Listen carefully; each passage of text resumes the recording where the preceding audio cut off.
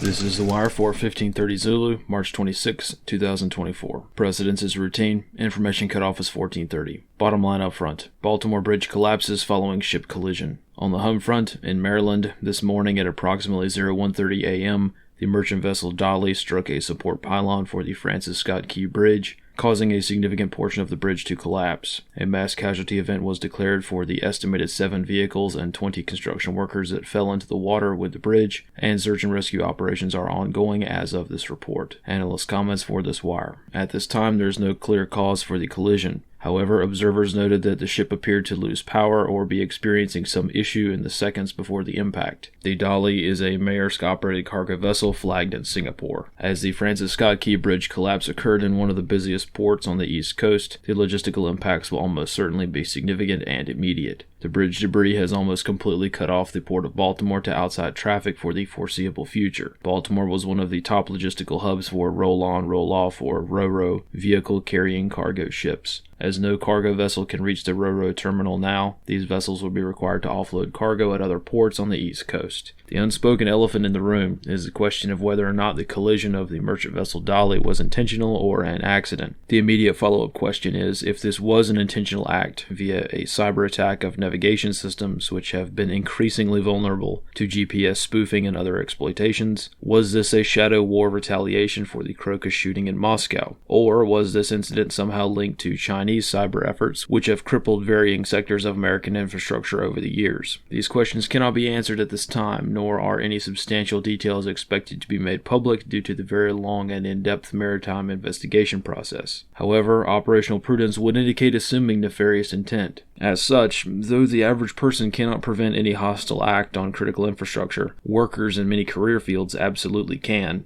Heightened situational awareness is overwhelmingly recommended for personnel working in career fields by which large industrial accidents can disrupt civilization. In a fifth-generation global war, the people that keep society functioning are often the first and last line of defense against major incidents like this. For the average citizen, this is a reminder that preparing for mass casualty events at this time of exceptionally heightened international tensions would be a wise move. Bridges, tunnels, railway crossings, road junctions and interchanges, high-rise buildings that are convenient geographic landmarks, submarine cable landing points, POL storage facilities, telecom hubs, electrical substations, and power generation facilities, water treatment plants. All of these facets of our society are exceptionally vulnerable to both accidents and nefarious intent. Planning for either event is a wise move in the event that any malign actors have a nasty surprise in mind for the homeland. This concludes The Wire for 1530 Zulu, March 26, 2024.